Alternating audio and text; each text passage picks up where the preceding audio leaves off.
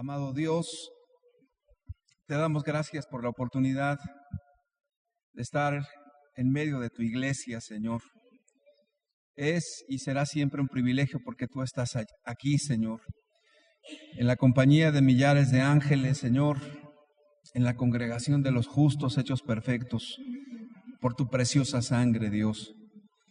Padre, hoy yo quiero pedirte que quites toda aflicción, Señor, del corazón, de los pensamientos, toda enfermedad, toda dolencia, todo aquello, Señor, que nos limita para acercarnos a ti, Señor. Toda obra de la carne, Señor. Toda limitante, Señor, el estarse viendo a sí mismo y tener autocompasión. Líbranos de semejantes cosas, Señor.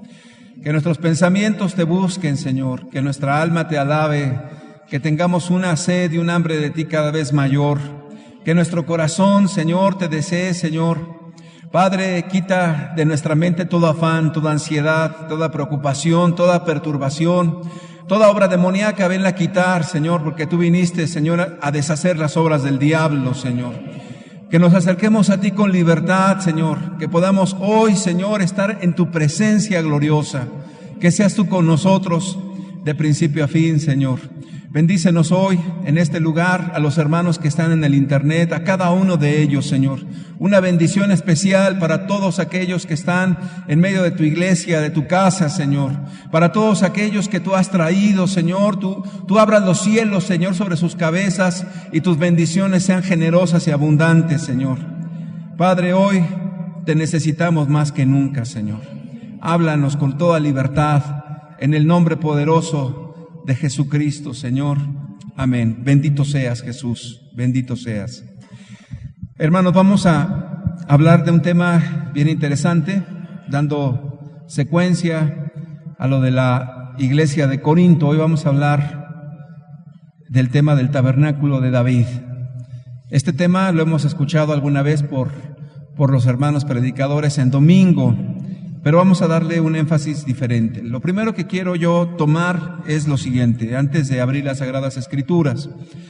Hoy en día hay, por decirlo de alguna manera, un despertamiento espiritual donde han crecido muchas denominaciones con aparatos administrativos impresionantes, con equipos, con predicadores, con alabanzas, con coros, con tantas y tantas cosas. Es impresionante, hermanos. De tal manera que las congregaciones se han multiplicado por todos lados.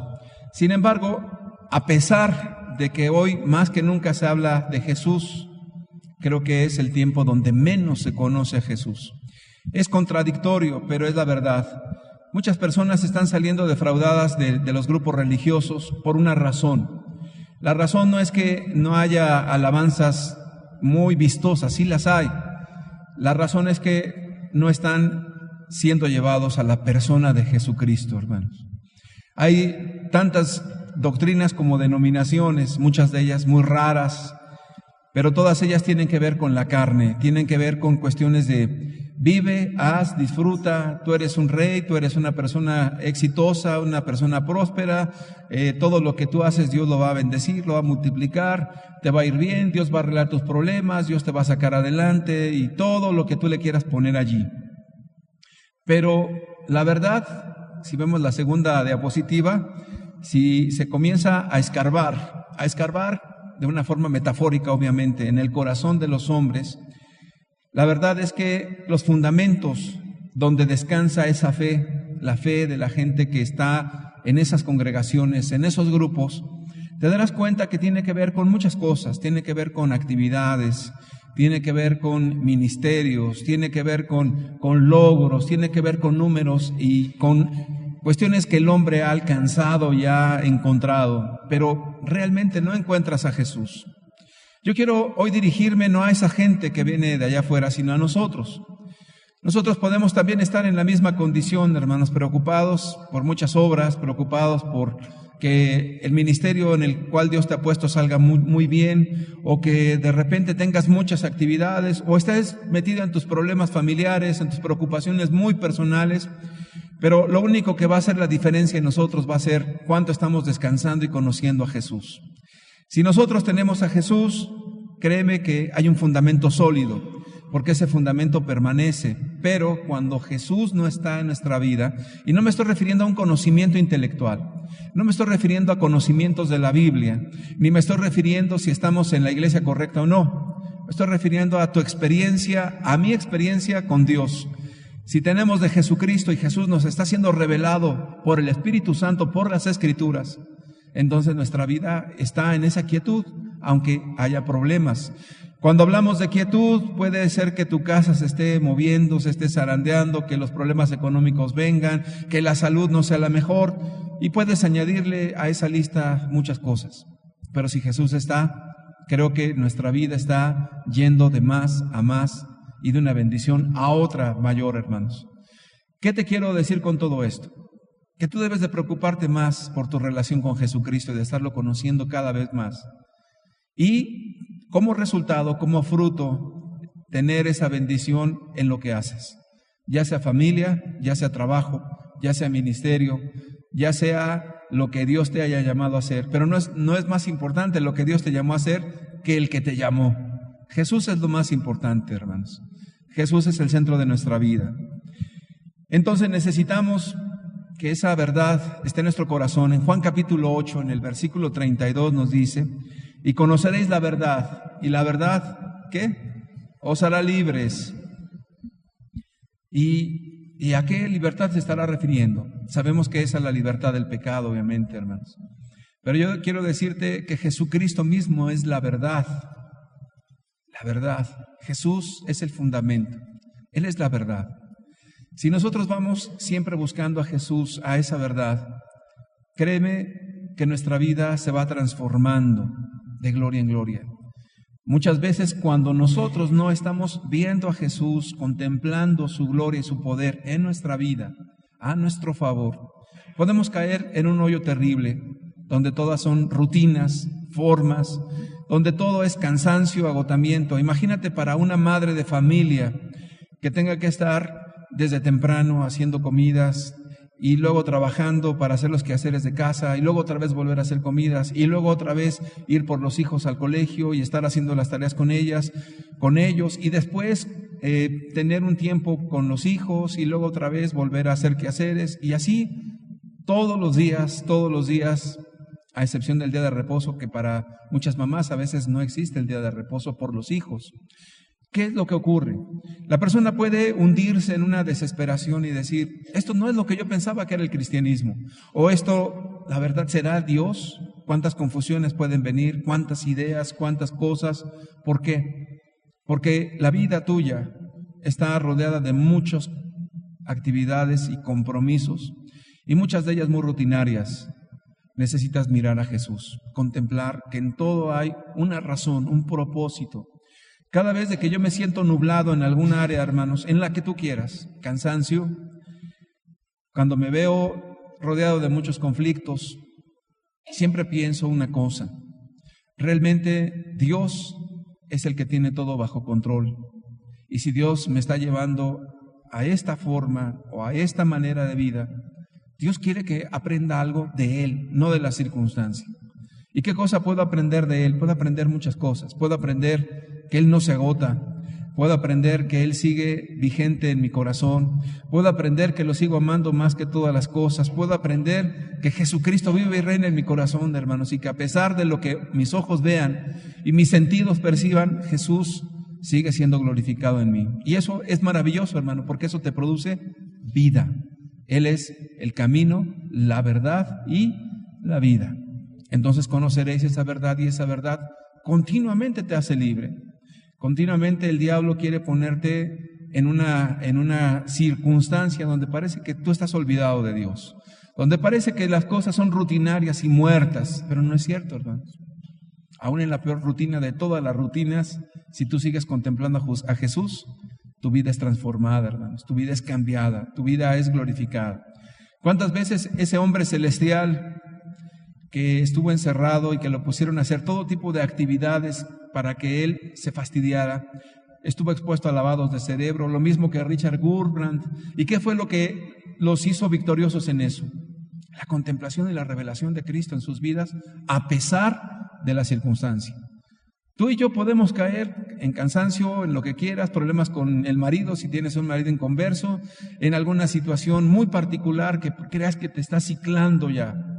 El problema no son las circunstancias, el problema es cuando dejamos de mirar a Jesús, cuando dejamos de vivir para Él, cuando dejamos de contemplar su gloria en las peores de todas las condiciones. Había personas que estaban encarceladas, hermanos, y estaban en una situación tan extrema que ellos, para poder salir adelante, tenían que llevar una rutina a pesar de lo que les imponían. Por ejemplo, uno de ellos se ponía a predicar de tal manera que no había nadie y tomaba la Biblia, no tenía Biblia. Comenzaba a abrir la Biblia y recordaba pasajes de memoria y comenzaba a predicar y comenzaba a orar y le pedía a Dios por la gente que estaba escuchando. No se estaba volviendo loco, más bien él estaba aprendiendo a sobrevivir en un contexto donde pareciera que se iba a volver loco. Si tú has pensado que alguna cosa te está llevando a un estrés en demasía, si estás pensando que algo te está decepcionando también, o si crees que tu vida se está desmoronando, yo tengo una buena noticia. Jesús es el mismo ayer, Jesús es el mismo hoy y Jesús es el mismo por toda la eternidad. Él no cambia, hermanos, y se quiere seguir revelando a tu vida si tú lo anhelas con todo tu corazón. Bueno, volviendo al tema, hermanos, Pablo anhelaba que la iglesia de Corinto pudiera tener esa vivencia. Sin embargo, ellos se fueron desviando poco a poco a lo carnal, a lo sensual, a buscar la circunstancia agradable más que tomar la cruz. Y Pablo escribe estas hermosas palabras y también muy solemnes que dicen aquí en 1 Corintios 10, versículo 1 al 11 nos dice: porque no quiero, hermanos, que ignoréis que nuestros padres todos estuvieron bajo la nube y todos pasaron el mar y todos en Moisés fueron bautizados en la nube y en el mar. Muy profundo lo que está diciendo Pablo, hermanos. Dice que fueron bautizados en la nube y ¿dónde más? Y en el mar. La palabra bautismo significa sumergir. ¿Y qué representa el bautismo para nosotros? No sé si entendamos qué representa el bautismo. El bautismo representa que nos hemos arrepentido de nuestros pecados. El bautismo representa que hemos muerto a la carne, que hemos muerto a vivir para nosotros y al egoísmo, y ahora vamos a vivir para la gloria de Dios, y nuestra vida va a estar escondida con Cristo el Señor. Entonces ellos fueron bautizados, dice que fueron bautizados en la nube, en la gloria de Dios y en el mar. Quiero decirte que cada vez de que ellos eran bautizados era como un terminar un periodo de su vida, recomenzar y renacer a otro periodo de su vida, pero con la gloria de Dios. Por ejemplo, cuando estuvieron dando vueltas 40 años en el desierto, cuando ellos llegaron ahí al río Jordán, y la palabra Jordán significa también descender, curiosamente, y era donde la gente se bautizaba. Bueno, ellos comenzaban después del Jordán otra vida, después de esa autohumillación, de ese decir: Dios, yo ya no quiero vivir para mí, quiero seguir viviendo para ti. Podemos decirlo de esta manera, era como una reconsagración.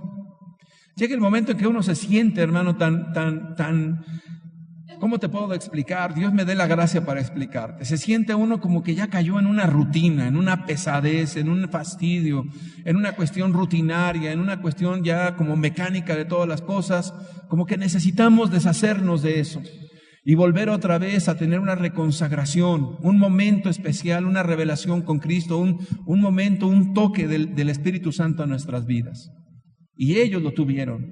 Por eso dice que pasaron ellos todos y fueron bautizados en la nube y en el mar. Es un detalle muy interesante, hermanos. Fueron bautizados en la nube y en el mar. El verso 3 dice: y todos comieron el mismo alimento espiritual. Es decir, no hubo diferencia. Ellos comieron el maná del cielo. Si lo aplicamos en los aspectos nuestros, nosotros tenemos la palabra de verdad. Tenemos las escrituras. Tú tienes la Biblia y las puedes leer una y otra vez y otra vez y otra vez y otra vez. Y yo siempre procuro leerla lo más que puedo, hermano, lo más que puedo, una, otra y otra y otra vez. A veces en el mismo día tengo necesidad de volver a leer la Biblia. Y estoy en la noche, tengo necesidad de volver a leer la Biblia. Y me acuerdo de algo, inmediatamente Dios comienza a bendecirme. Entonces, dice aquí la Escritura que el cielo fue abierto para todos. O sea, comieron del mismo alimento espiritual. Tuvieron la misma bendición. Verso 4. Y todos bebieron la misma bebida espiritual, porque bebían de la roca espiritual que los seguía. ¿Y la roca era? ¿Quién era la roca? Cristo, hermanos, estuvo con ellos. Y de una forma, vamos a decir, metafórica, ahí estaba la roca que les dio agua. ¿O no es así? Y la roca representa a Jesús. Pero si tú analizas la vida del pueblo de Dios en el desierto, continuamente murmuraban, continuamente se quejaban, continuamente tuvieron escasez, les faltaba agua y comenzaban a quejarse delante de Dios. La vida de Dios, hermanos, no es una vida como nos la plantea la religión. Es una vida donde en el caminar diario está Jesús contigo.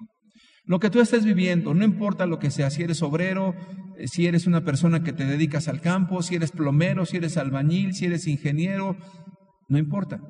Dios está contigo. Y la vida espiritual tiene que ver con lo que tú estás experimentando. No tiene que ver con asuntos de conocimiento en la cabeza, sino de vivencia. La roca que es Cristo estaba con ellos. Eso es impresionante y es hermoso. Luego dice el verso 5. Pero de los más de ellos no se agradó Dios, por lo cual quedaron postrados en el desierto. ¿Por qué crees que no se agradó Dios de ellos? Porque dejaban de ver a Jesús, dejaban de ver esa roca que les sustentaba. Hay una lucha muy fuerte dentro de nosotros entre lo que es la carne y lo que es la vida en el Espíritu. ¿Qué es la carne? La carne, hermano, es mirarte a ti mismo y decir no puedo. Mirar las circunstancias y decir qué difíciles son. Es entrar en una vida de incredulidad diciendo, ¿a poco Dios me va a ayudar? ¿O a poco Dios va a tener compasión de mí? ¿O a poco Dios va a estar con nosotros en este momento? Yo te quiero decir que Dios siempre está. Dios nunca se ha ido. En los momentos más oscuros Dios sigue estando en el mismo lugar. Quien dudamos de Dios somos nosotros. Quienes comenzamos a tener incredulidades horrorosas somos nosotros. Quien comenzamos a ser seducidos en el alma para volver a la vida sensual somos nosotros, no es Dios. Entonces, Dios nos agradó de la mayoría de ellos. Seguimos leyendo el verso 6. Mas estas cosas sucedieron como ejemplos para nosotros. Es decir, que todo lo que está en el Antiguo Testamento y cómo salió el pueblo de Dios está escrito para ti, está escrito para mí, para que no caigamos en lo mismo. Y luego dice, para que no codiciemos cosas malas, como ellos codiciaron. ¿Qué codiciaron ellos? ¡Ay, queremos carne! Nuestra alma tiene fastidio de este pan tan liviano. ¿Y qué es la carne? Son las sensualidades de la vida, hermano. Son las obras de la carne. Quiero tener fiesta. Quiero tener una vida como las personas de afuera. Quiero tener abundancia. Quiero viajar. Quiero disfrutar. Quiero vivir. Quiero tener. Quiero estar lo mismo que la demás gente de allá afuera. Bueno, ellos codiciaron. Luego dice en el versículo 7, ni seáis idólatras como alguno de ellos, según está escrito. Se sentó el pueblo a comer y a beber y se levantó a jugar. La idolatría de la que está hablando aquí, hermanos, no es únicamente la idolatría de los dioses de aquel entonces, los cananeos, o los dioses de los moabitas o de los amonitas. Es más, cuando ellos estaban solos, porque se había ido Moisés al monte, ellos se quedaron solos. Ellos mismos fabricaron el famoso becerro de oro, hermanos. ¿Lo estaban observando de otra gente? Salió de su propio corazón. Entonces la idolatría a la que se refiere aquí es, ¿qué decían ellos? ¿Quién sabe qué le habrá pasado a este Moisés? Es un pueblo que dependía de un líder. Es un pueblo que necesitaba los azotes de alguien o las recomendaciones de alguien o alguien que estuviera empujándolos para lo espiritual. Es horrible cuando alguien pone su confianza en un líder. Maldito el hombre que confía en el hombre y pone carne por su brazo. Entonces se fue Moisés y se descarriaron. ¿Qué quiere decir todo esto? La idolatría eran ellos mismos, era dejar al Dios viviente, al Dios todopoderoso, al Dios santo de Israel, y no quisieron confiar en Él, no quisieron depender de Él, sino que habla tú, Moisés, pero no hablemos nosotros directamente con Dios. Y si Moisés nos regaña, y si Moisés nos dice, y si Moisés nos instruye, y si Moisés hace esto, y si Moisés, pero Moisés se fue 40 días, ¿y qué fue lo que hicieron? ¿Quién sabe qué le habrá pasado? Volvamos otra vez. El corazón de ellos estaba en el mundo, no salieron nunca. Y en el libro de Deuteronomio nos dice, no vuelvas nunca jamás por el mismo camino que te lleva a Egipto. Ni en los pensamientos ni en el corazón. Estos tiempos finales de Navidad, de Año Nuevo, son muy sensuales, muy carnales. ¿Por qué? Porque está la vanidad del mundo, porque están las lujurias y las sensualidades que el mundo ofrece. Volvamos para allá, el corazón te puede gritar. Ahí dice, no seáis idólatras. ¿Idolatría a quién? A la exaltación a uno mismo. El buscar el beneficio personal antes que el del prójimo. El verso 8 dice, ni forniquemos, como algunos de ellos fornicaron y cayeron en un día 23,000. Ni caigamos en la inmoralidad sexual. La tentación puede venir, los deseos pueden venir, la sugestión puede venir, la gente te puede incitar, te puede motivar. Los hombres o las mujeres del mundo pueden venir y tratar de seducirte. Ni forniquemos como algunos de ellos fornicaron y cayeron en un día 23,000. Verso 9. Ni tentemos al Señor como también algunos de ellos le tentaron y perecieron por las serpientes. Estaban siempre tentando a Dios. Y luego nos dice, ni murmuréis como algunos de ellos murmuraron y perecieron por el destructor. La murmuración es un azote, hermano. La más grande de todas las divisiones en la iglesia se debe a la murmuración, a las calumnias, a los pecados de la lengua. Y dice ahí que eso es un azote, dice, ni murmuréis como algunos de ellos murmuraron. ¿Y los que murmuran qué les pasa? Perecieron por el destructor. ¿Quién es el destructor? Satanás, hermanos.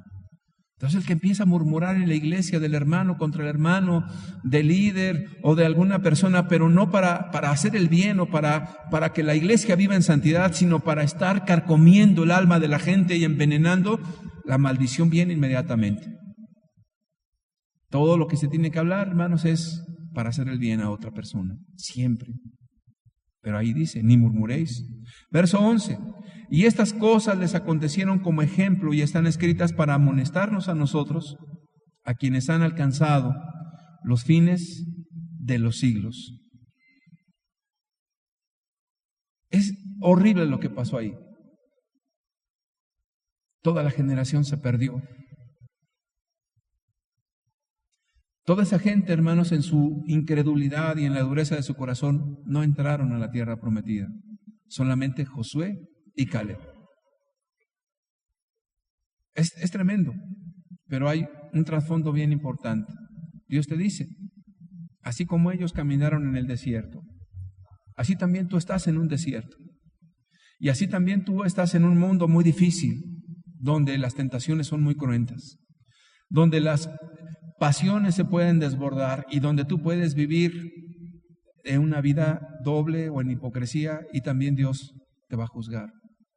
Dios no va a hacer acepción de personas. Entonces, a pesar de que vieron sus obras, sus señales, sus maravillas, no quisieron creer en Dios. No quisieron confiar en Dios. Querían una vida conforme a sus propios deseos. Y hermanos, hoy podemos decirle a Dios, Dios, te damos gracias por lo que tú nos has permitido vivir.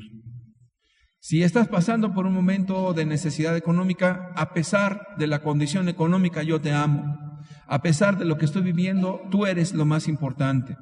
Si estás viviendo por un periodo de tentación y algo te está tratando de seducir, dile, Dios, tú eres lo más importante, yo te amo a ti por sobre todas las personas y por sobre todo lo que venga. Es un desierto. Dios prueba nuestros corazones en este desierto tan árido y tan complicado. Y nos debe de abrir los ojos. La mayoría no entró. 1 Corintios 10, verso 12 al 14 nos dice, así que el que piensa estar firme, mire que no caiga, mire que no caiga, mire que no caiga, mire que no caiga. El caer no es externo, hermanos, el caer comienza en el corazón, cuando dejas de mirar a Dios, a Jesús en toda tu vida, en todo lo que haces. Cuando tú ves a Cristo, hermano, te pueda pasar cualquier situación difícil y tú le das gracias a Dios y le dices, no me vas a dejar a pesar de esto. El diablo no puede, hermanos, no puede hacer nada contra ti. Pero si algo que te está pasando, inmediatamente tú empiezas a dudar y comienzas a decir, no, ya Dios ni está conmigo y todo esto es una mentira, y empiezas a permitir que el diablo te bombardee en los pensamientos, es muy probable que tu vida sea trastornada porque no estás confiando en Dios. Dice el verso 13, no os ha sobrevenido ninguna tentación que no sea humana, pero fiel es Dios, no tú ni yo, pero fiel es Dios, que no os dejará ser tentados más de lo que podáis resistir, sino que dará también juntamente con la tentación la salida para que podáis soportar. Por tanto, amados míos, huid de la idolatría. Huid de la idolatría. Y otra vez viene una palabra de idolatría. Ya con esto de que viene el 12 de diciembre donde se adora a la Virgen María, no se está refiriendo a eso, hermano. Tú y yo conocemos la Escritura y sabemos que eso es demoníaco, que eso es diabólico. A la idolatría que se está refiriendo Pablo se está refiriendo a dejar a Dios y ponerte en primer lugar tú y tus intereses personales y tus comodidades o tus anhelos muy personales. ¿No decía Pablo, todo lo tengo por basura con tal de ganar a Cristo? ¿Por qué no decimos hoy también otra vez, todo lo tengo por basura con tal de ganar a Cristo? Todo lo tengo por basura con tal de seguir con Jesús y termine mi carrera y algún día lo pueda ver a Él. Tengamos todo por basura, hermanos. Huir de la idolatría. Vamos a leer en Amós capítulo 8, hermanos, versículo 2. Quiero darte un poquito de contexto. Antes de entrar en el tema del tabernáculo de David, dirá alguien, ¿y qué tiene que ver esto con el tabernáculo de David? Vamos a ver. Te doy un poco de contexto. El pueblo de Dios, o el pueblo nominal, que se dice pueblo santo, estaba descarriado, estaba acomodado, habían dejado ya a Dios y estaban viviendo para ellos mismos. Estaban buscando sus conveniencias, sus propósitos, sus sueños, sus metas, pero tenían algo interesante. A pesar de eso, ellos decían, seguimos con Dios, vamos al templo, hacemos nuestras oraciones, cumplimos nuestros compromisos espirituales, pero ellos estaban bien lejos y bien apartados. Eso era el contexto del libro de Amós. Vamos a ver Amós 8:2. Dios le habla a un hombre, un santo, un cristiano, una persona llamado Amós. Y Dios le habla y le dice, y le dijo, ¿qué ves, Amós? Y respondí, un canastillo de fruta de verano. Y me dijo Jehová, ha venido el fin sobre mi pueblo Israel, no lo toleraré más. ¡Qué tremendo! Le da una visión, inmediatamente Dios le dice, ha venido el fin, no lo toleraré más. Estoy sorprendido, hermanos, cómo en la denominación muerta Dios está haciendo cosas impresionantes. Por ejemplo, uno de los principales líderes del movimiento de la prosperidad es un hombre que predicaba que la gente es mucho más que Dios y que Dios te tiene que pedir permiso a ti para hacer cosas. En otras palabras, tú estás por encima de Dios. Eso es idolatría. Y este hombre, en esa condición de soberbia, enseñando a las personas de que son más que Dios y de que Dios los hizo para ser ricos, para ser personas poderosas en la tierra, influyentes. Este hombre lo estaba logrando, tenía un avión privado, estaba en la política, era escritor, era una persona muy renombrada, era traído desde muy lejos para que hablara de esos principios espirituales. Y en esa condición de soberbia, hermanos, de repente Dios le manda un juicio y lo mata a él, a su esposa, a sus hijos y al grupo cercano de ministración. Dios estaba diciendo algo. Se acabó. Ya no te voy a tolerar más. Se acabó. ¿Y cuántas veces puede ser esto de manera personal, de manera grupal también? Se acabó. No toleraré más. Sin embargo, en lugar de cambiar y de arrepentirse, el grupo de la fe y la prosperidad lo que hicieron fue, profetizó su muerte, un hombre de Dios. Y Dios le avisó que lo iba a matar o que se iba a morir. Vuelven a ensoberbecerse, hermanos, y siguen con la misma idolatría en su corazón. Somos más que Dios.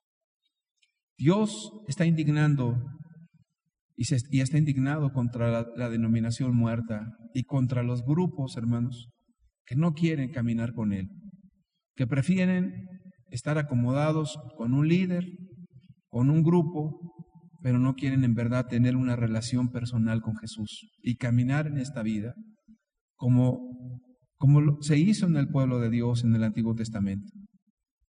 Es lo mismo. Ellos estaban en un desierto, nosotros estamos viviendo un desierto espiritual. Ellos caminaron en medio de peligros y en medio de muchas situaciones adversas, también nosotros. No podemos negar esto, hermanos. ¿Quién éramos? ¿Y por qué tendrían que escuchar a Amós aparte? Bueno, Amós era un cristiano, una persona común. Amós no venía de la descendencia de reyes, ni siquiera de sacerdotes, de nada de eso. Era una persona que no tenía títulos, no tenía éxitos, solamente se dice en la Biblia que era un pastor de ovejas. Y la gente se sintió ofendido cuando este señor comenzó a hablar de parte de Dios. Pero hay algo interesante. Dios, después que habla con ellos a través de Amós, pareciera que no escuchaba. Parecía que esas palabras eran sin amor, eran contrarias a lo que la gente quería vivir. Eran palabras duras o palabras difíciles o palabras de cruz. Como mucha gente en medio de nosotros, hermanos, está literalmente desgastándose en la obra, consumiéndose en la obra, literalmente. No es metafóricamente, no es imaginariamente, es real. Mientras que otro sector está salvando su vida. Las palabras de Amós eran feas, hermanos. Amós 8:3 nos dice: y los cantores del templo gemirán en aquel día, dice Jehová el Señor. Muchos serán los cuerpos muertos. En todo lugar los echarán fuera en silencio. En otras palabras, Amós estaba diciendo que venía un juicio terrible, hermanos, y que la mortandad viene y nadie la va a frenar. Yo pienso, hermanos, que si Dios ha juzgado y si en algún momento hay la posibilidad, la oportunidad de ver el video de uno de los máximos líderes de la fe y la prosperidad y cómo Dios lo enjuició y cómo puedes escuchar sus aberrantes doctrinas y Dios dijo, no más, se acabó, hasta aquí llegaste. También en el mundo entero y en la religión entera, hermanos, la gente va a estar muriendo espiritualmente. Pero yo creo que Dios tiene una palabra para nosotros como iglesia y esa palabra es: volvamos a Dios.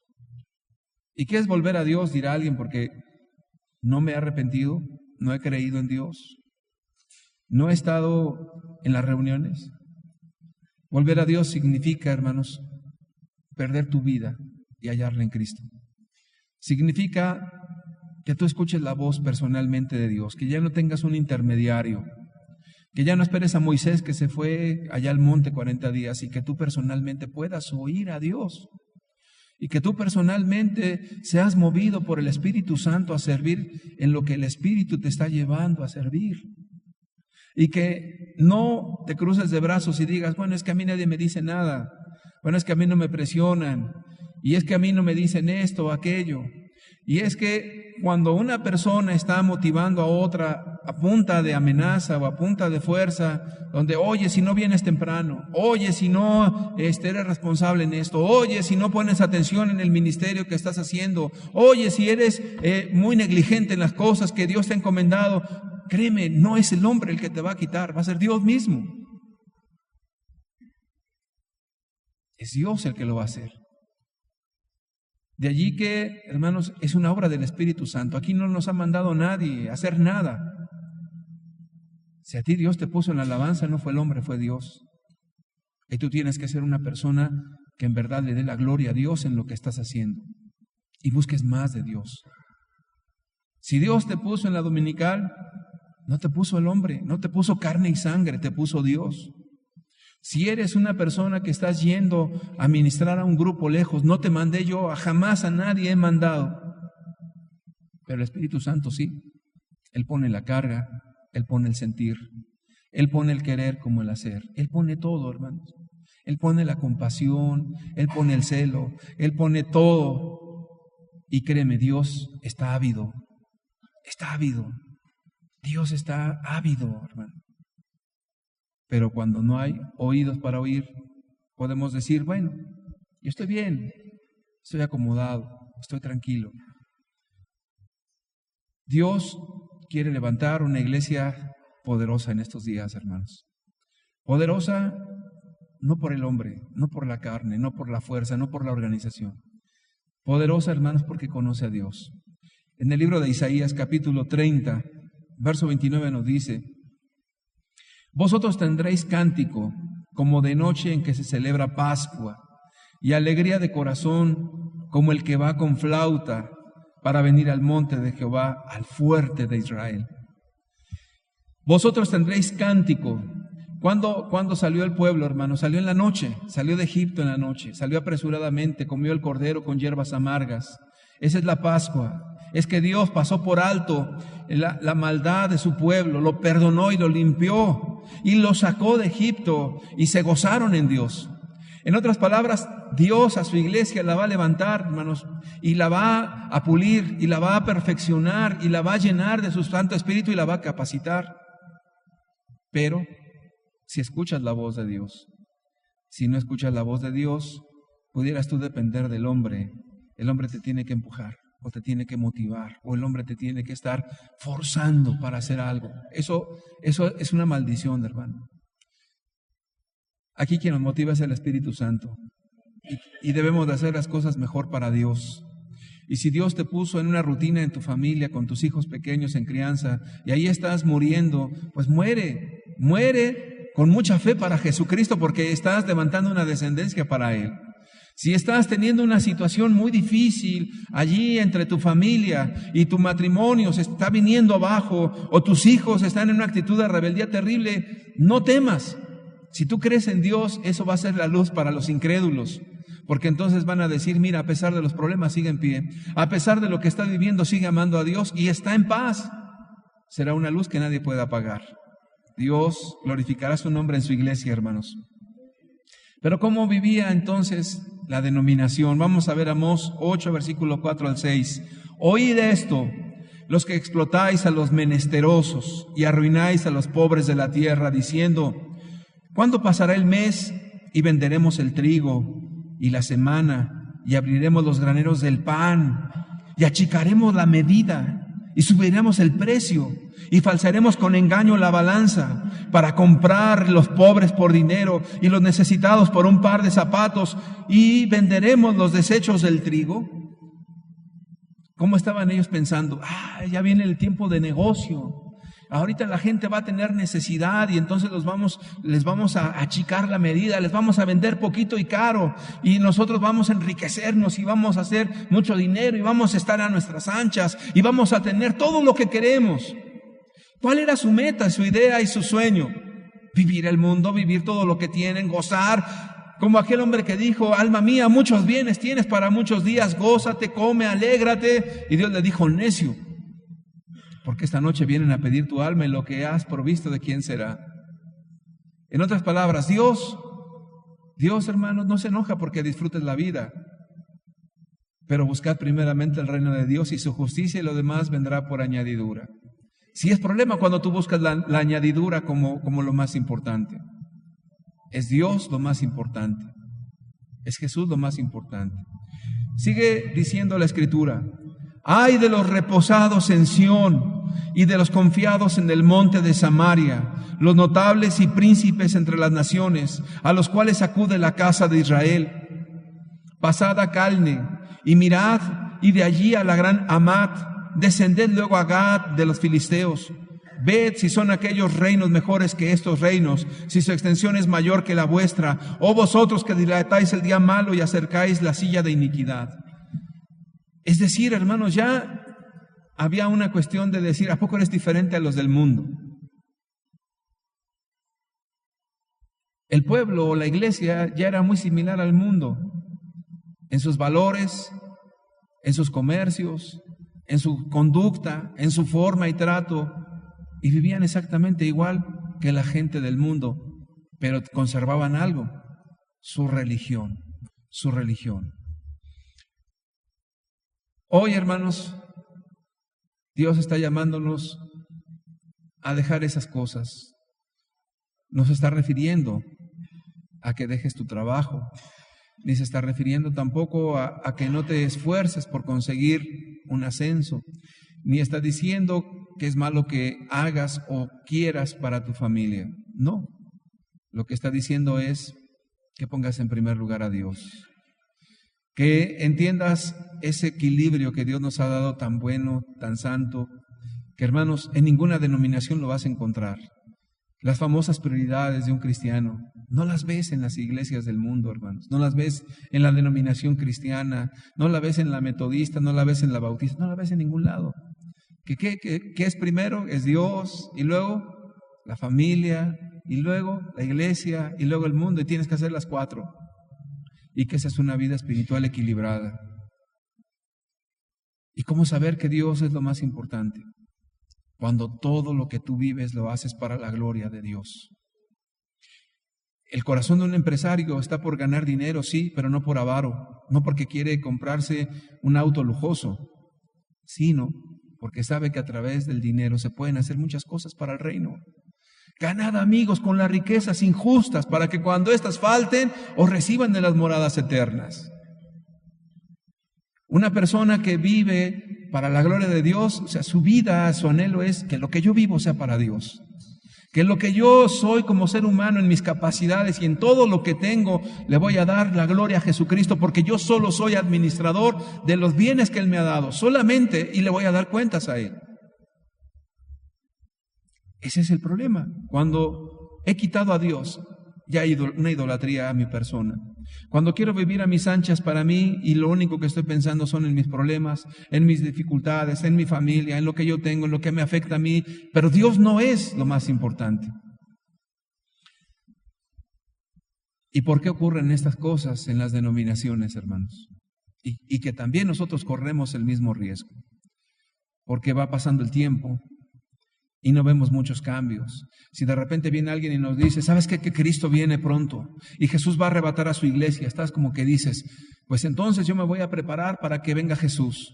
Pero entonces como no viene y está pasando un tiempo y otro tiempo y hay más tentaciones y hay más dificultades y hay más cosas, pues yo tengo que hacer mi vida. Yo tengo que vivir para lo que yo quiero. Yo tengo que hacer mi vida conforme a mis propósitos personales. Está bien, pero es Dios quien te dio esos propósitos. Con eso estás honrando a Dios. Dios ha sido lo más importante y es lo más importante, y con esas metas vas a lograr más para su gloria, o es solamente para tu beneficio personal. Bueno, segunda de Pedro 3, verso 4 al 10 nos dice, y diciendo, ¿dónde está la promesa de su advenimiento? ¿Dónde está que Jesús viene? ¿Dónde está? Ya pasaron tantos años, no ha pasado nada. Y como cuando se compartió un mensaje de Dios está tratando con el mundo entero y Dios está juzgando a la humanidad y estamos viendo cómo las cosas se están acomodando para lo que viene, según el libro de Apocalipsis. ¿Dónde está? Y algunos se reían. Pues sí vimos algunas cosas, pero no ha pasado nada. ¿Dónde está? Luego dice ahí la Escritura, porque desde el día que los padres durmieron, todas las cosas permanecen así como desde el principio de la creación. Estos ignoran voluntariamente que en el tiempo antiguo fueron hechos por la palabra de Dios los cielos y también la tierra que proviene del agua y por el agua subsiste. Por lo cual el mundo de entonces pereció anegado en agua, pero los cielos y la tierra que existen ahora están reservados por la misma palabra, guardados para el fuego en el día del juicio y de la perdición de los hombres impíos. En otras palabras, así como vino el diluvio y la gente no creía, y que, ¿cómo va a llover? Si ni siquiera cae lluvia, por favor, porque aquí nada más sale un vapor y se riega la tierra. Estás bien loco, Noé, que va a llover. Y luego estás haciendo un barco en un desierto. Estás mal, ¿cómo crees que va a pasar eso? Abre tu cabeza, Noé, tienes que ser de mente abierta. La vida es otra y hay que vivirla.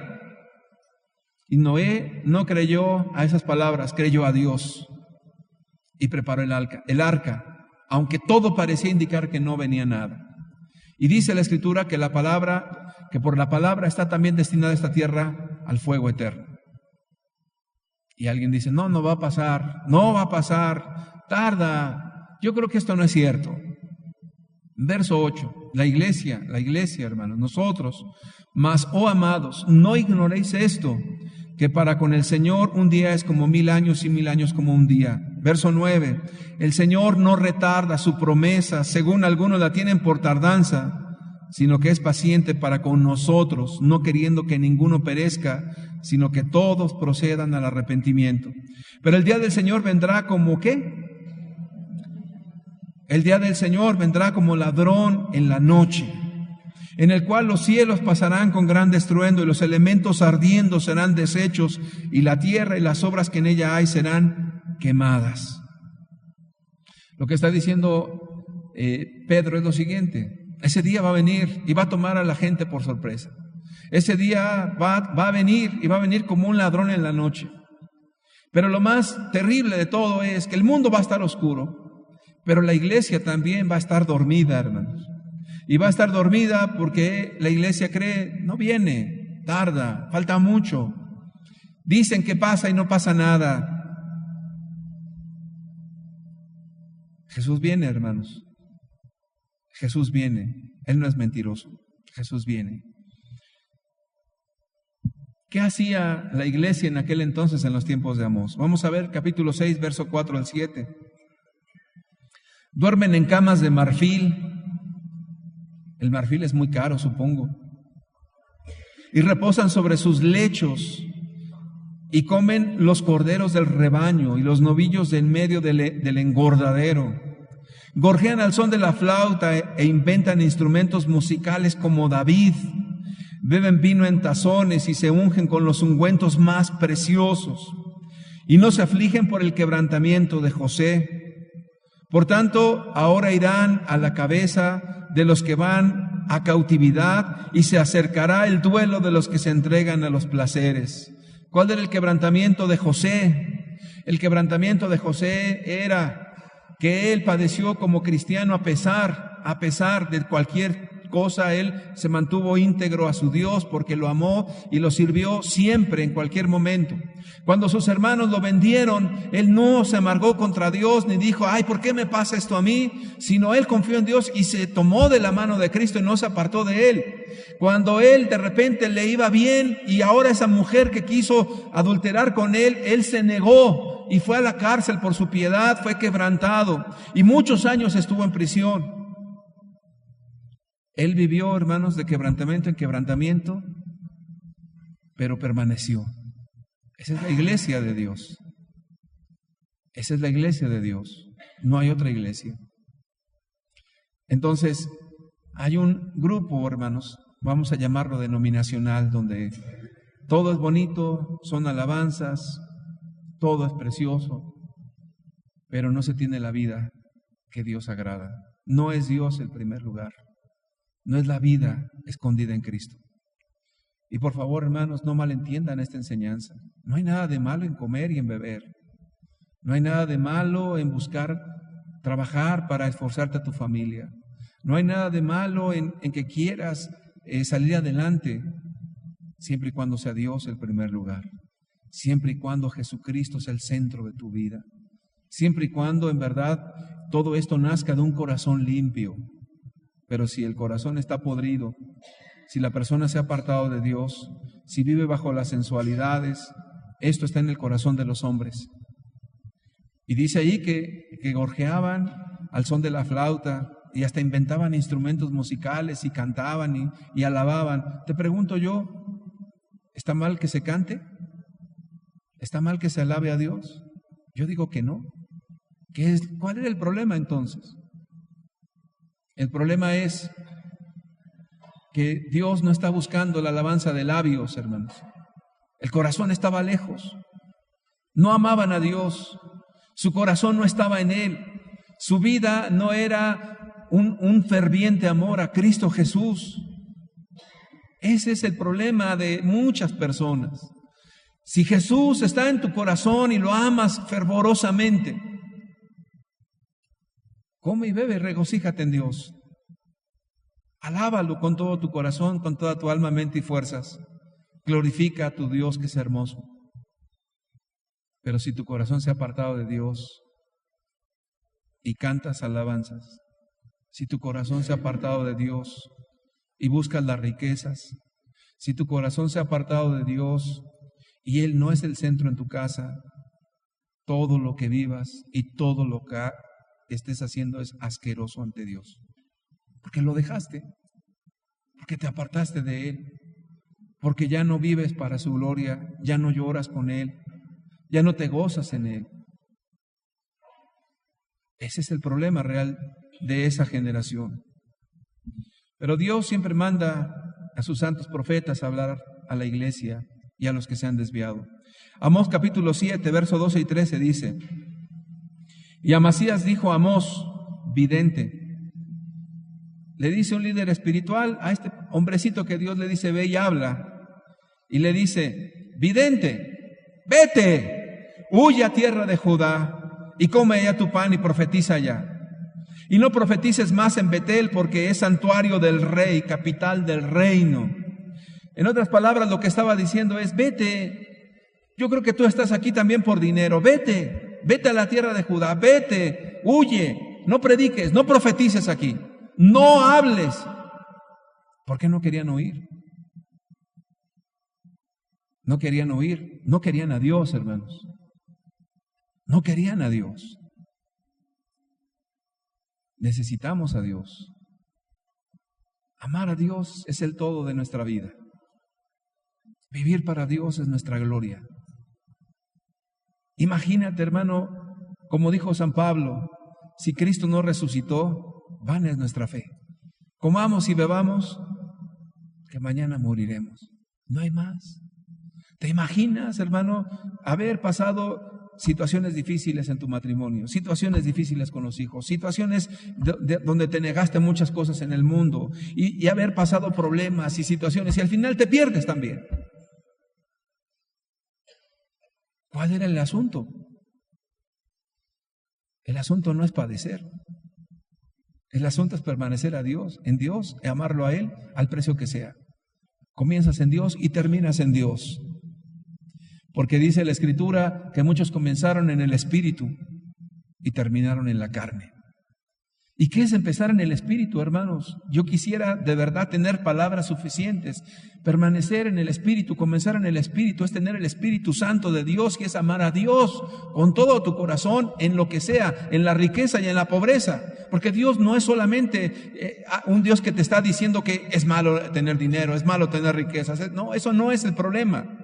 Lo que le estaba diciendo Dios al pueblo no era que comer o beber fuera malo, sino que se habían olvidado de Dios y su vida no era piadosa por el simple hecho de que ellos estaban buscando su propio bien.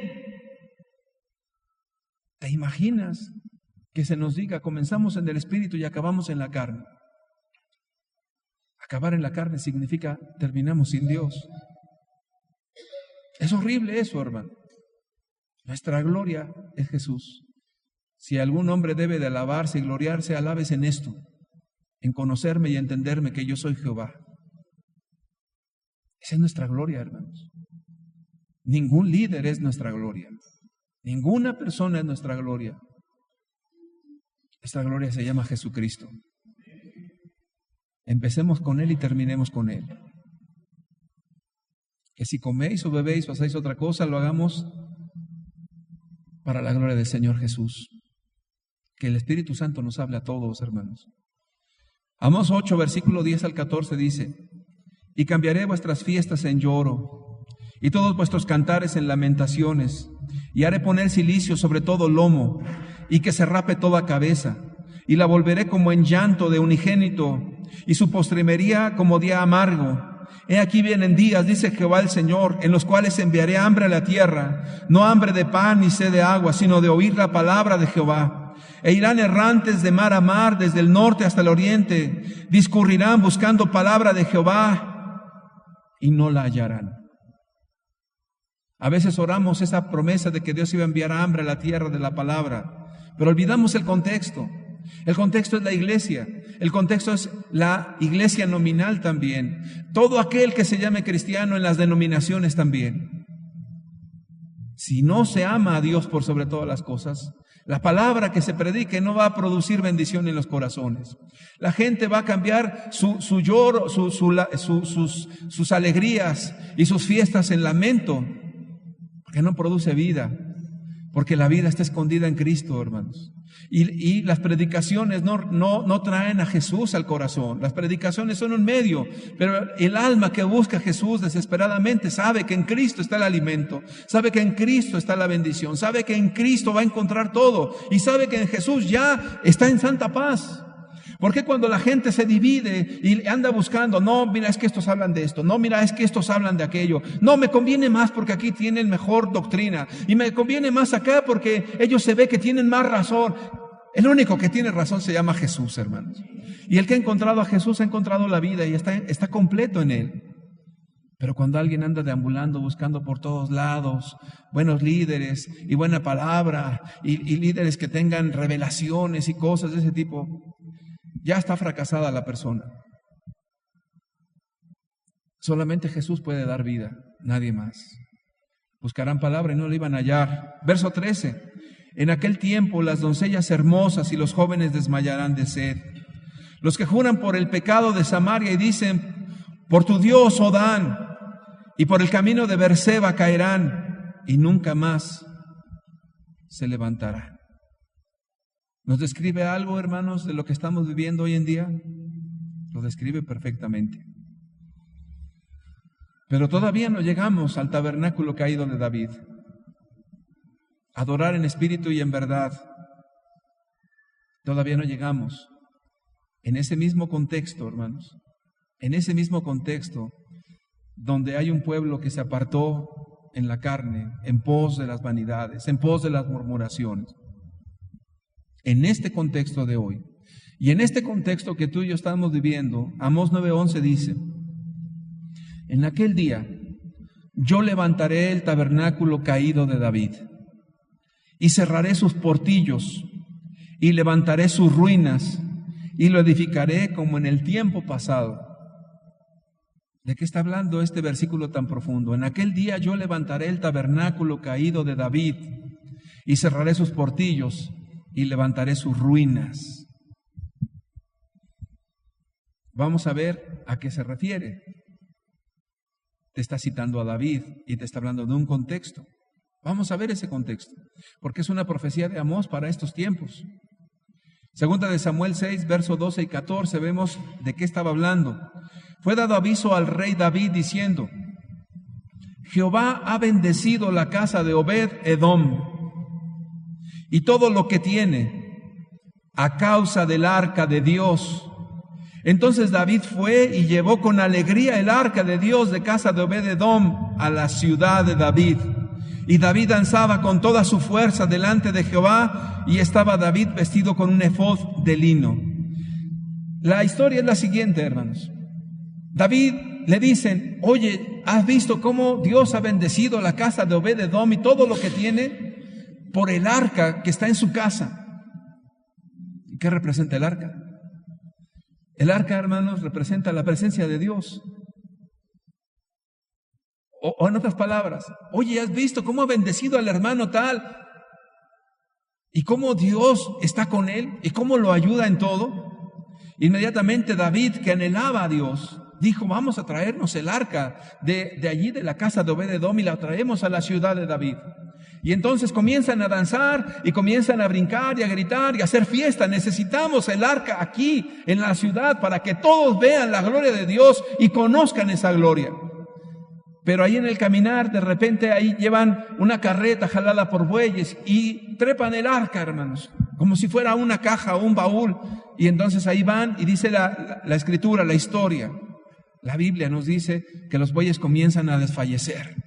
Y entonces el arca comienza a caer.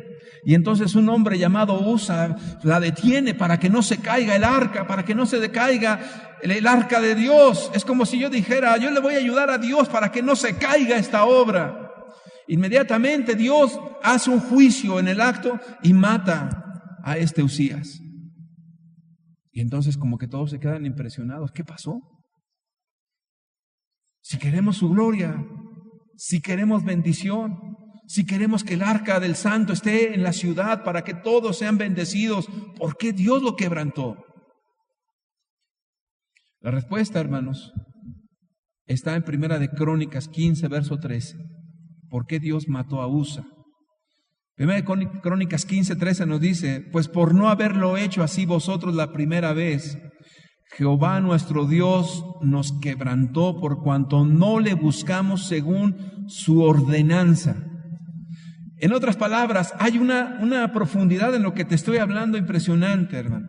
No debemos buscar a Dios en nuestro entendimiento, en nuestra emoción, en lo que nosotros pensamos que es bueno. Tenemos que buscar a Dios conforme al mandamiento de Dios, conforme a lo que Él estableció.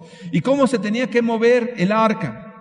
Bueno, tenían que ser por la tribu de Leví, por los sacerdotes santificados, tenían que santificarse, tenían que saber acercarse a Dios y luego en hombros cargar el arca. Era toda una forma que Dios previamente había establecido y con toda esa manera escritural de hacerlo, era como tenían que llevar el arca. ¿Qué le estaba diciendo Dios ahí a David y a toda la gente? No puedes tener mi gloria a tu manera. No puedes hacer de las cosas santas como bien te parece. No puedes tomar el arca y subirla a un carretón jalada por bueyes y hacer lo que te parezca, aunque tenga la intención correcta. Tiene que ser Dios honrado por su palabra. No hay otro camino. Se quedaron impávidos todos.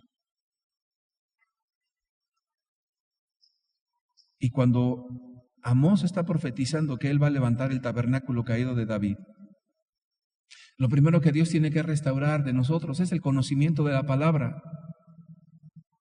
Es el conocimiento del Santísimo a través de las Escrituras, hermanos. No al sentimiento, no a la pasión, no a lo que crees o yo creo que es bueno, sino conforme a lo que Dios ha establecido en las Escrituras. No hay otra forma. Entonces, la primera restauración es entender a Dios por las Escrituras, no por otro medio, hermanos. Jesús mismo dijo, refiriéndose a la alabanza, porque efectivamente tiene que ver con alabanza esto, que Él busca personas que le adoren en espíritu y en verdad. Si lo hablamos en palabras más sencillas entre nosotros, Dios busca personas que le amen de todo su corazón, que no lo hagan por una religiosidad, que no lo hagan por cantar, sino que sea un culto racional, una vida consagrada a Dios, que sea una vida conforme a las Escrituras, que sea Dios honrado con tu vida. Recordarás que desde el libro del Génesis dice que Dios no vio con agrado la ofrenda de Caín, pero te dice una clave, no vio con agrado a Caín ni a su ofrenda, y vio con agrado a Abel y a su ofrenda. Para aceptar una ofrenda, ¿qué se requirió? Que la vida fuera honesta, hermano, que la vida fuera santa, y después es la alabanza. No es al revés, no es la alabanza y no importa cómo viva. No es la alabanza y no importa si yo estoy viviendo para mis egoísmos. No importa si yo alabo a Dios y aunque yo en mi corazón ni me acuerde de Dios ni de la Biblia, no importa, sí importa. Porque Dios quiere que Él sea honrado y que Él en verdad sea glorificado con tu vida, con tu vida. ¿Qué es lo que respalda tu alabanza? ¿Qué es lo que le da peso a tu alabanza? ¿Qué es lo que le da peso a las alabanzas? Una iglesia que está viviendo santamente. Una iglesia que está viviendo conforme a los mandamientos de Dios. Eso es lo que le da peso. No es lo técnico. No son los cables. No es el equipo que cuesta 300,000 pesos. No es eso. Esa es la vida de las personas. Y si las vidas de las personas no ponen a Dios en primer lugar, eso es abominación a Dios. Es una alabanza estridente que no sirve para nada y no llega a ningún lado. Y que puede quizás mover las emociones de la gente, pero Dios no ve emociones. Dios está esperando que le honremos con todo nuestro corazón. Nada menos de eso, hermanos. Pero hay una verdad muy importante en todo esto, y este mensaje es para los líderes. Los líderes no pueden vivir conforme a sus propios deseos o sus propios caprichos. David tenía una intención buena y Dios le dio una lección. No es a tu manera. Dios siempre va a tratar con los líderes así, hermanos. Cuando Moisés fue a hacer la obra de Dios, cuando Dios le dijo, ve a sacar a mi pueblo de allá de Egipto, de repente él no circuncidó a su hijo. Y Dios salió al encuentro para matarlo otra vez. Tú no puedes hacer las cosas a tu manera. El liderazgo de Dios no puede hacer las cosas a su manera, porque produce muerte. Produce mucha muerte, hermanos. Entonces, hay una verdad muy fuerte, hermanos. No lo puse aquí, pero quiero leerlo en la Biblia, porque es todo un capítulo. ¿Lo leemos, hermanos? ¿Dios nos está hablando o no es así? Bueno, vamos a leer en la Escritura, en Primera de Crónicas, capítulo 21, todo el capítulo. ¿Por qué lo vamos a leer y por qué necesitamos? Porque hay unas verdades muy profundas aquí, hermanos. Primera de Crónicas 21 dice, pero Satanás se levantó contra Israel. ¿Quién se levantó contra Israel? Satanás. E incitó a David a que hiciese censo de Israel. La historia ya la conoces. ¿Quién incitó y quién estuvo en contra del pueblo de Dios? Satanás. ¿Y movió a quién? Movió al máximo líder, al rey. ¿Qué verdad es esta, hermano? Que de repente Satanás vino y lo tentó a David y dijo, vamos a censar al pueblo. Y hacen el censo de los guerreros. ¿Qué había detrás de todo esto? La carne, hermano.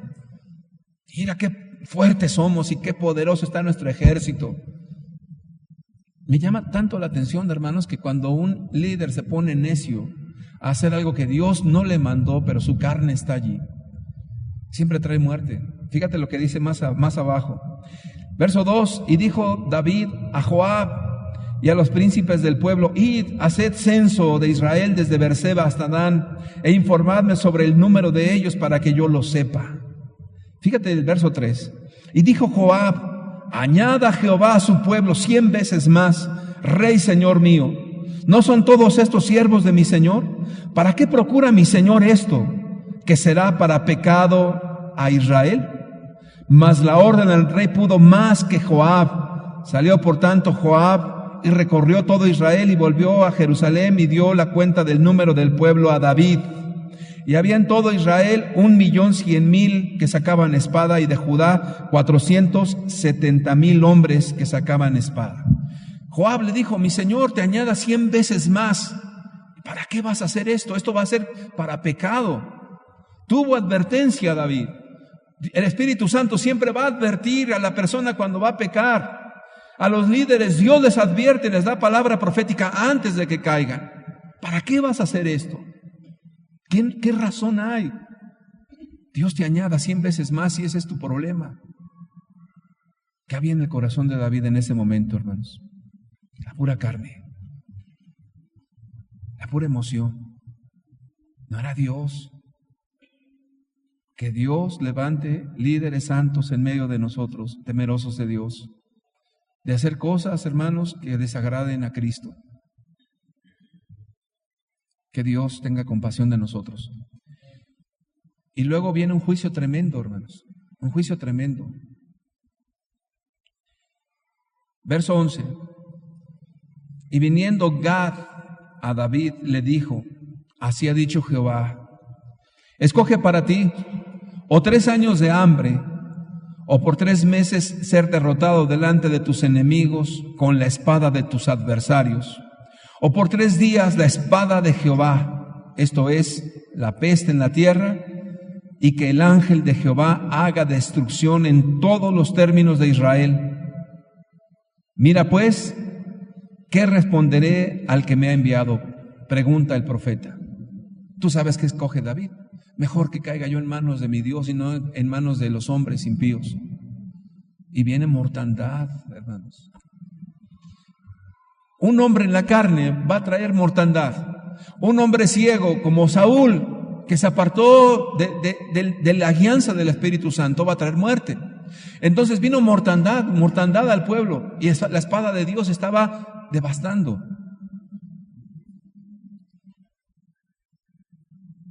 Vamos a ver, está impresionante el texto, hermanos. Verso 14.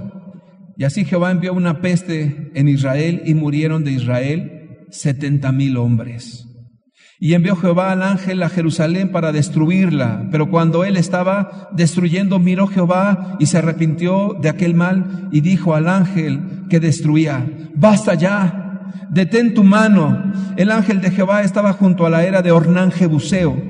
Y alzando David sus ojos, vio al ángel de Jehová que estaba entre el cielo y la tierra, con una espada desnuda en su mano, extendida contra Jerusalén. Entonces David y los ancianos se postraron sobre sus rostros cubiertos de cilicio. Y dijo David a Dios: ¿no soy yo el que hizo contar el pueblo? Yo mismo soy el que pequé y ciertamente he hecho mal. Pero estas ovejas, ¿qué han hecho? Jehová Dios mío, sea ahora tu mano contra mí y contra la casa de mi padre, y no venga la peste sobre tu pueblo. Y el ángel de Jehová ordenó a Gad que dijese a David que subiese y construyese un altar a Jehová en la era de Ornán Jebuseo. Es la intercesión de arrepentimiento, una intercesión de quebranto, una intercesión de reconocer la falta, de saber que no estaba en el Espíritu, que fue su soberbia la que le llevó a hacer semejante cosa. Verso 19. Entonces David subió conforme a la palabra de Gad, que Gad le había dicho en nombre de Jehová. Y volviéndose Ornán, vio al ángel, por lo que se escondieron 4 hijos suyos que con él estaban. Y Ornán trillaba el trigo. Y viniendo David a Ornán, miró Ornán y vio a David, y saliendo de la era, se postró en tierra ante David. Entonces dijo David a Ornán: dame este lugar de la era, para que edifique un altar a Jehová. Dámelo por su cabal precio, para que cese la mortandad en el pueblo. Y Ornán respondió a David: tómala para ti, y haga mi señor el rey lo que bien le parezca. Y aún los bueyes daré para el holocausto, y los trillos para la leña, y trigo para la ofrenda. Yo lo doy todo. Me voy a detener, hermano. Dios le dice al profeta: ve y levanta un altar allí en el lugar, en la heredad de Ornán Jebuseo. Y entonces está ahí Ornán trillando el trigo. Sus hijos ven al ángel que estaba destruyendo y se fueron. Queda él solo. Y llega David y le dice: dame, porque necesito una ofrenda, porque Dios está trayendo mortandad. Y entonces este hombre le dice: mira, te doy la tierra y todo lo que tú quieras, te doy los bueyes, te doy el trillo, te doy todo lo pongo. ¿Qué representa eso? Representa a la iglesia. David en este momento es una figura de Jesucristo. Todo lo pongo, todo lo pongo en el altar. Amados hermanos, Ornán Jebuseo es la iglesia. Todo lo pongo, porque hay mortandad en el mundo. Quiero decirte que allí, en esa heredad de Ornán Jebuseo, fue donde se construyó el tabernáculo, donde se edificó la casa de Dios. ¿Por qué? Porque Dios miró el corazón de ese hombre.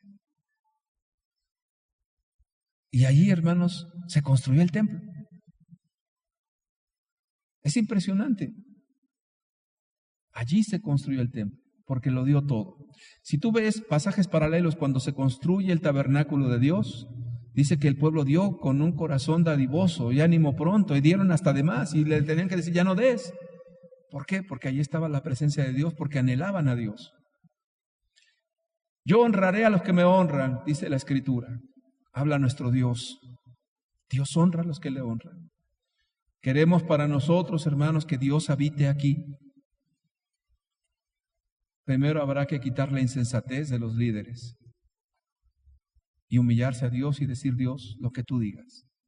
Y después de eso vendrá la iglesia y dirá, Señor, queremos tu gloria, pero para obtener la gloria de Dios hay que poner todo. Y no seamos niños en esto, hermanos. No es para que se lo des a un líder ladrón. Poner todo quiere decir poner tu vida en el altar de Dios. Quiere decir que lo que tú eres honra a Dios, no en un templo, no en 4 paredes, en tu propia vida. Como ese canto que dice, yo nací para ser la morada de Dios. Tú eres el templo de Dios. Yo soy el templo de Dios. ¿Quieres que Dios habite? Allí, en esa era de Hernán Jebuseo, se levantó ese altar y se construyó el templo, hermanos. Y estuvo la presencia de Dios. Primera de Crónicas 29, versículos 17 y 18 dice, yo sé, Dios mío, está hablando en el mismo contexto del templo, que tú escudriñas los corazones y que la rectitud te agrada. Por eso yo con rectitud de mi corazón voluntariamente te he ofrecido todo esto. Y ahora he visto con alegría que tu pueblo, reunido aquí ahora, ha dado para ti espontáneamente. Jehová, Dios de Abraham, de Isaac y de Israel, nuestros padres, conserva perpetuamente esta voluntad del corazón de tu pueblo y encamina su corazón a ti. Hermanos, esto es todo lo que pide Dios a su iglesia. Hijo mío, dame tu corazón. Honra a Dios con tu vida. Vive a Dios, gózate en Dios. Glorifica a Dios en los momentos críticos. No dejes a Dios por el pecado. No vivas una doble vida en hipocresía. Y si Dios es honrado en tu vida, Dios es exaltado. Tus alabanzas llegan al cielo. Son alabanzas que honran a nuestro Dios. Pero esa es la única iglesia que Dios va a respaldar en este tiempo final. No la iglesia babilónica, hermanos. No la iglesia falsa. No la religión con buenos instrumentos. Sino la iglesia que lo ame con todo su corazón, con toda su alma, con toda su mente y con todas sus fuerzas. Que tu vida hable de eso, no tu boca, hermano. Que tu vida hable de eso, no tu boca. Como Jesús le preguntó a Pedro, Pedro, ¿me amas? Pedro había pecado, hermanos, lo había negado. Le dijo, sí, Señor, tú sabes que te amo. Pedro, ¿me amas? Sí, Señor, tú sabes que te amo.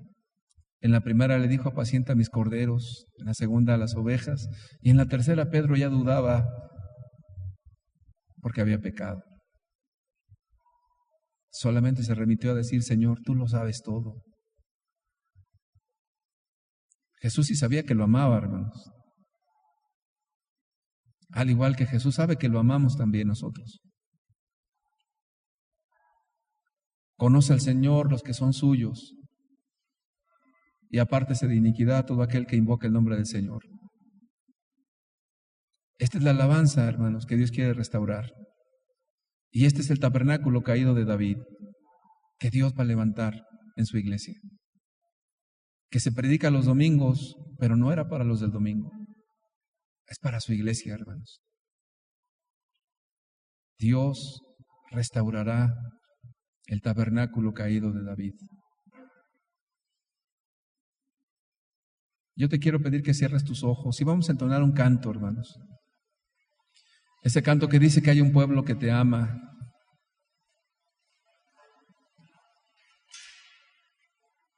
Tu palabra levantó. Te leo esos versículos otra vez, Amós 9, del 11 al 13. En aquel día yo levantaré el tabernáculo caído de David y cerraré sus portillos y levantaré sus ruinas y lo edificaré como en el tiempo pasado, para que aquellos sobre los cuales es invocado mi nombre posean el resto de Edom, y a todas las naciones dice Jehová que hace esto. He aquí vienen días, dice Jehová, en que el que ara alcanzará al segador y el pisador de las uvas al que lleva la simiente, y los montes destilarán mosto y todos los collados se derretirán. Vendrá una bendición, hermanos. Pero el verso 12 dice, para que aquellos sobre los cuales es invocado mi nombre posea el resto de Edom. ¿Quién es Edom? El hermano de Israel, el hermano de Jacob. ¿Y qué representa Edom? El que vendió su primogenitura por un plato de lentejas. ¿Qué representa Edom? La religión muerta. Dios dice que vamos a poseer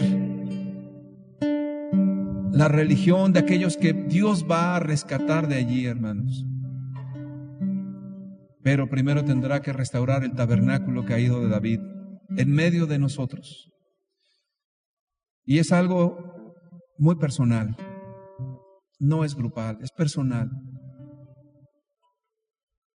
Vuélvete a Dios. Ámalo como al principio. Enamórate de Jesús. Que todo lo que viva sea para su gloria y alabanza. Acércate a Él. Bendito sea el nombre de Jesús.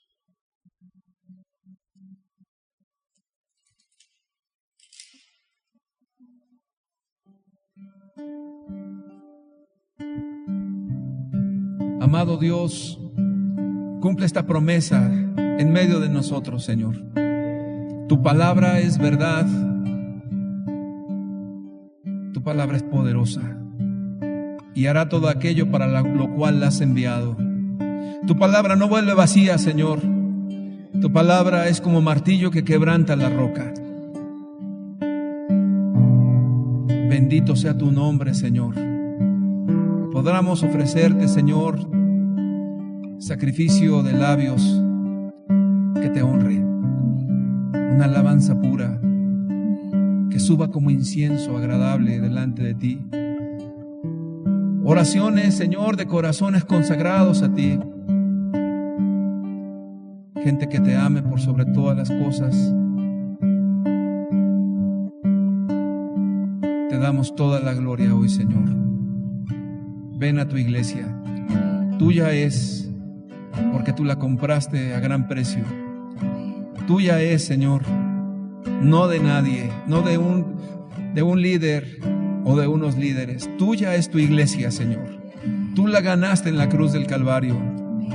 Ven a tu iglesia, Señor, y toma el trono de tu pueblo, Señor. Glorifícate en gran manera. Te bendecimos hoy, Señor.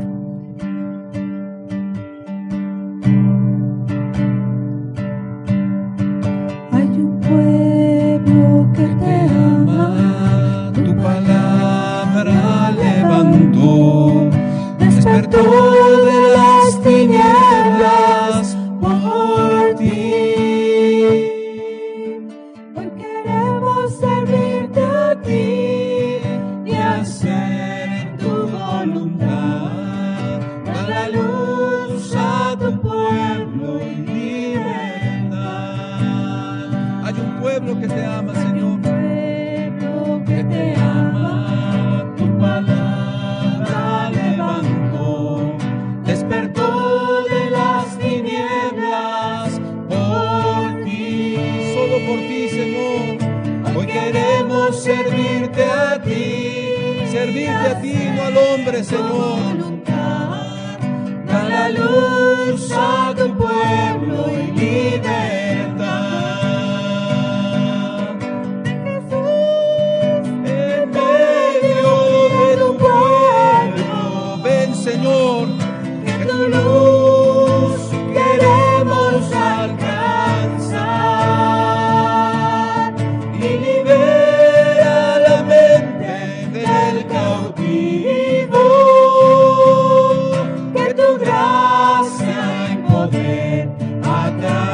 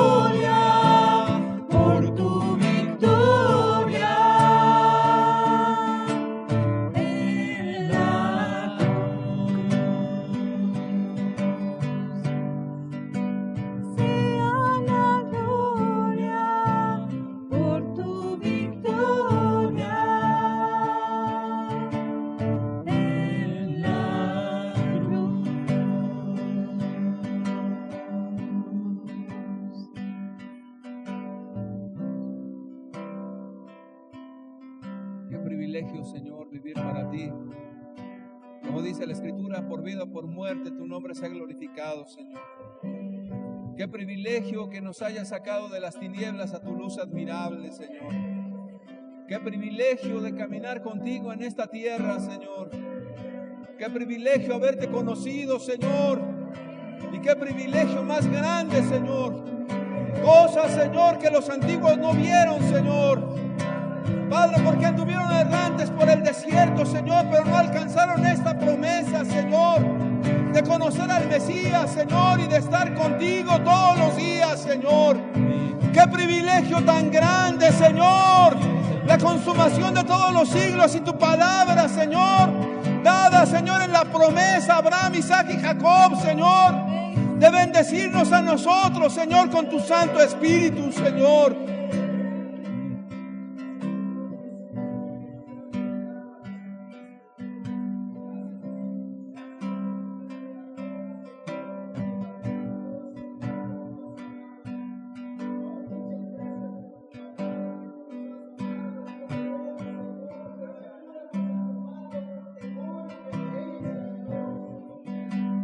Que no te cambiemos, Señor, por un plato de lentejas, Señor.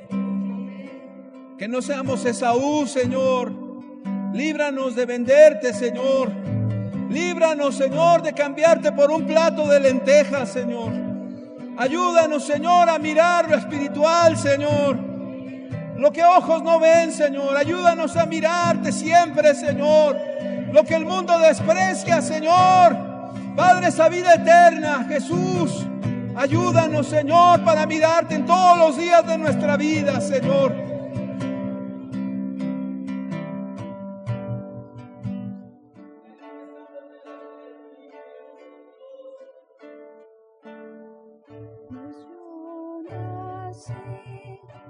Para hacer la morada del Señor, un lugar en la presencia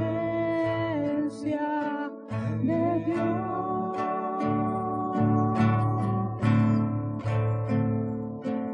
Haz que mi vida sea preparada